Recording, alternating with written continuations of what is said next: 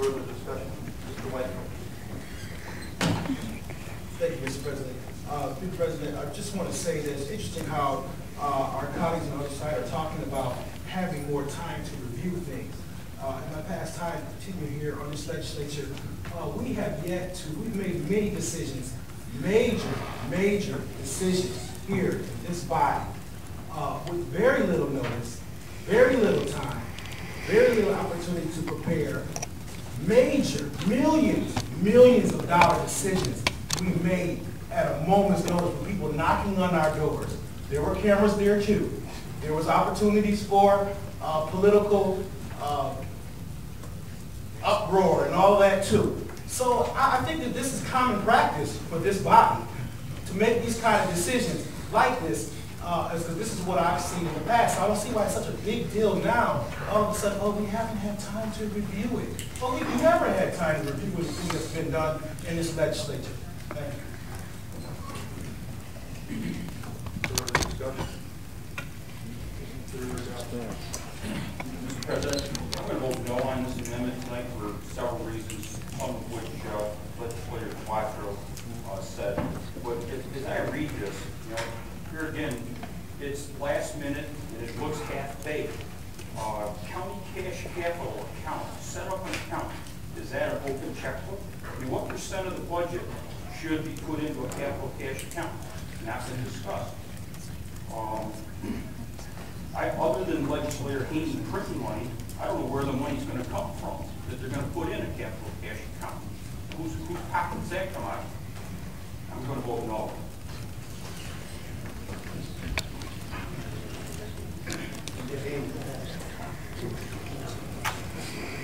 Mr. President, just to briefly answer one of Legislator Dobson's questions, where the $2,851,000 will come from is from the $4 million drop in general fund debt service in 2011, and it will still leave $1,149,000 available for other purposes.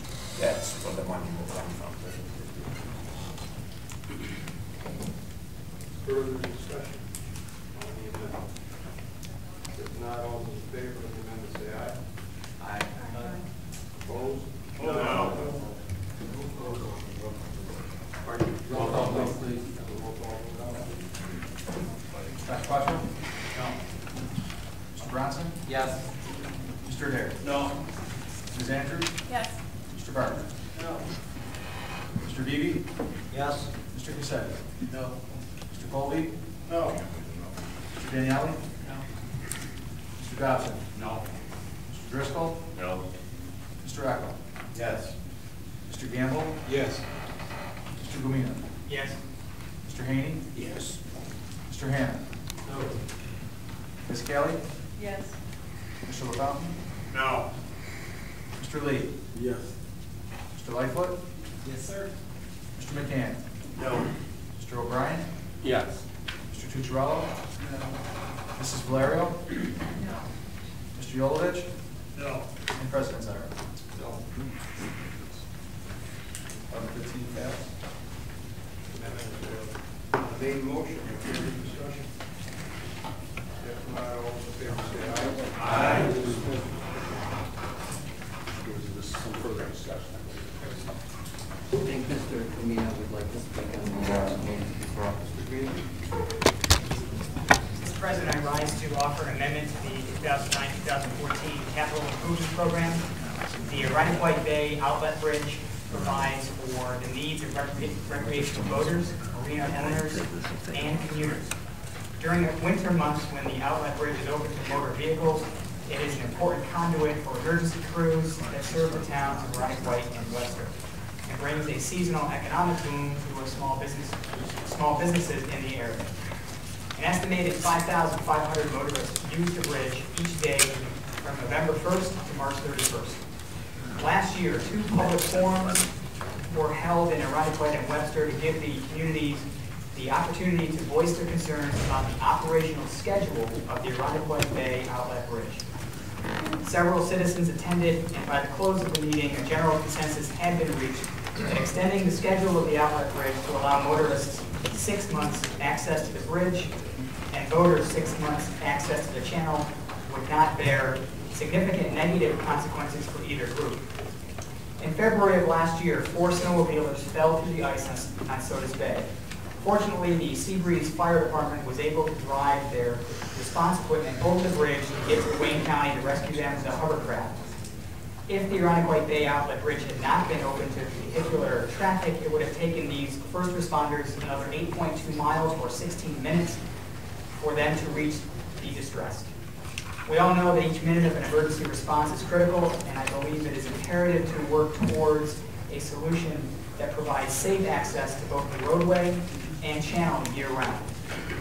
This issue requires meaningful consideration and study. Therefore, I move to amend the 2009-2014 Capital Improvement Program as follows. To insert the following onto page 13, Planning and Feasibility. In response to considerable public input, a portion of these funds will be committed towards the commission of an Irondequoit Bay Outlet Bridge feasibility study to determine options for bridge mobility study not to exceed $100,000. Thank you, Mr. President. Second, Mr. President. Further discussion on the amendment?